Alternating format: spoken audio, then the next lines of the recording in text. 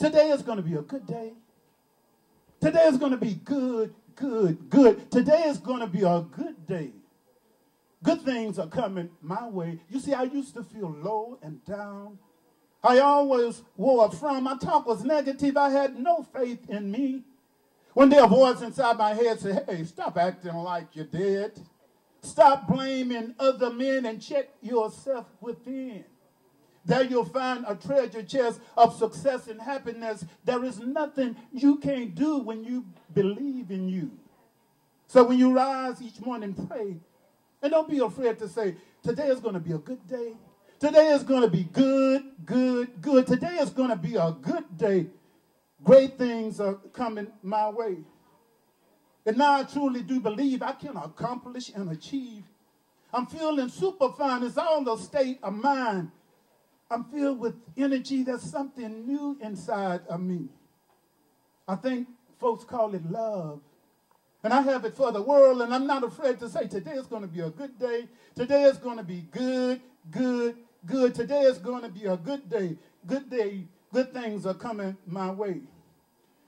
Remember, in life, you get what you expect. So expect only the best. You won't have no regrets when you realize that you're blessed. Remember, thoughts are things manufactured by your brains, the visions you paint in your mind. One day in life, you're sure to find. So when you rise each morning, pray. And don't be afraid to say, today is going to be a good day. Today is going to be good, good day.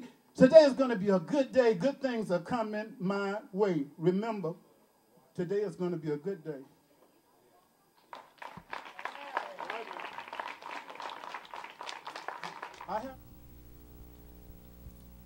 Hey, it's Gia Lee, and I'm here back at St. Elmo Village, and we're here with the original, one of the original Watts Prophets, Mr. Otis O'Solomon. How are you doing today? I'm doing fine. Glad to be here. I'm glad to meet you. So I want to ask you a few questions. How do you feel about music and how it's gone today? Well, I think I like a lot of the things that's happening today with the music, but as far as creating real musicians and stuff, you know, like the kids are not into it. In fact, they got this thing, Guitar Hero. And all that kind of stuff. I love that Fake game. musicians, though. Yeah.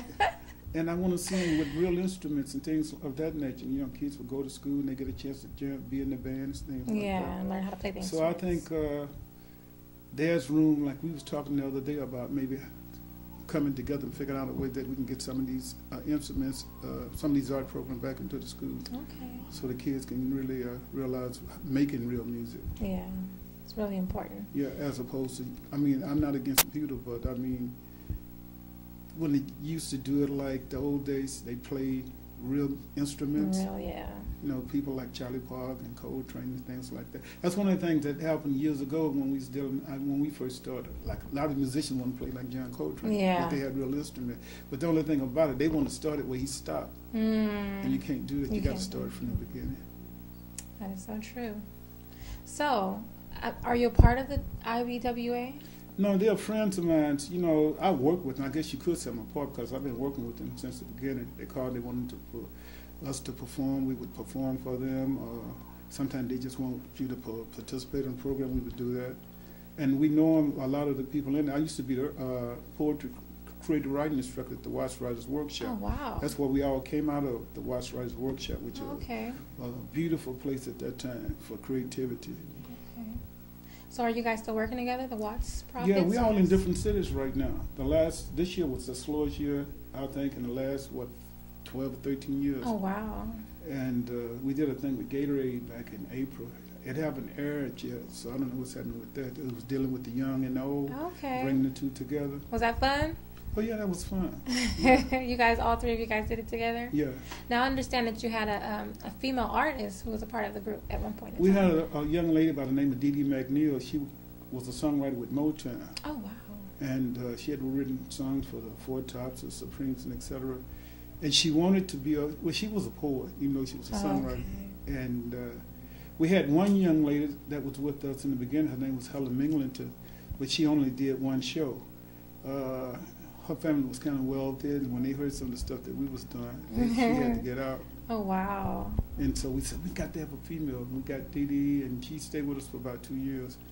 And ever since then, it's just been the three of us. It's been the three of you guys. For the last 100 years or so. It's been a long time. It hasn't been that long. You ain't that old. Well, it's a little hyperbole in it, but like it's been a while. Okay, well, what are you guys doing next? Do you guys have any up-and-coming events going on where we can? Well, we've been catch talking you on the at? phone about maybe doing some things, maybe even start, because one of the guys was saying like doing a radio show. Oh wow, that'd be nice. On the computer. Yeah. And we're thinking about that right now. I got a new CD I just finished about a month ago, and so I'm working on. I got it on some of the places. What's that? CD Baby. CD Baby. CD Baby. Are you familiar with CD Baby? No, I'm not actually.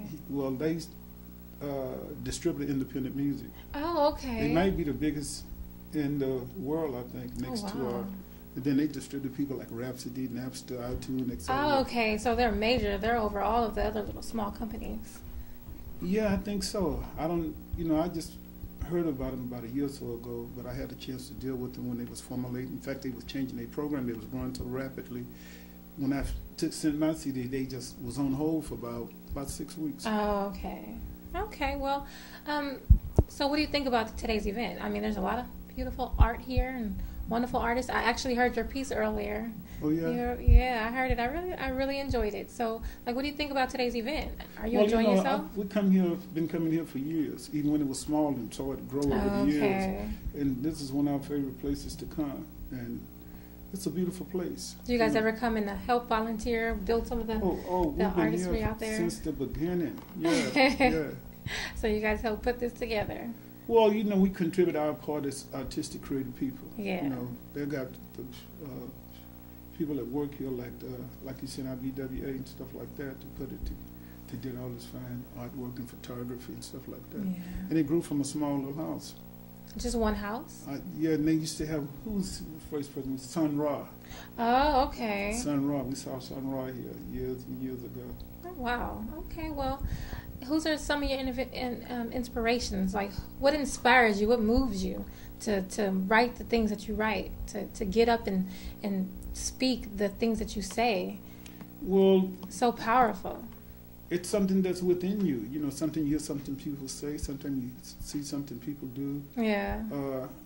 They often ask you how long you've been a poet. I told them I was born a poet. Born a poet. I've been doing this like the guy early that did like the things with Langston Hughes and Parlance Dunbar. Yeah. Parlance Dunbar was really one of the first poets that I really got a chance to really hear. We used to do Little Brown Baby, Lives, Lives, Bless the Lord, when Melinda sing and all that. I did that stuff early in life. And also James Weldon Johnson. Okay. The brother who wrote the Black National Anthem. Oh, wow. Oh, wow. Him and his brother, they wrote the Black National Anthem. And he had a thing called a creation. It's like a sermon. His poem was like a sermon. We did that many, many years ago. Goodness. So you're native from Los Angeles? No, I'm not. No? I was born and raised in the South. Oh, wow. From where? Alabama. Alabama. You got them Southern roots in you. Yes. That's where the wisdom comes from.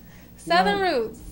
Well, I know I can recall when I first came to California, because what you felt is that the people in the North and the West was far more advanced. And I was really shocked to find that wasn't true. No different. And especially with the Black history stuff. I remember going to the Coliseum many years ago and finding out that they had, I think it was Gremlins, the first time blacks was in the Coliseum. It was full up 100,000 black people. Oh, wow. And they did the national anthem, and then they did the Black national anthem. Nobody knew it.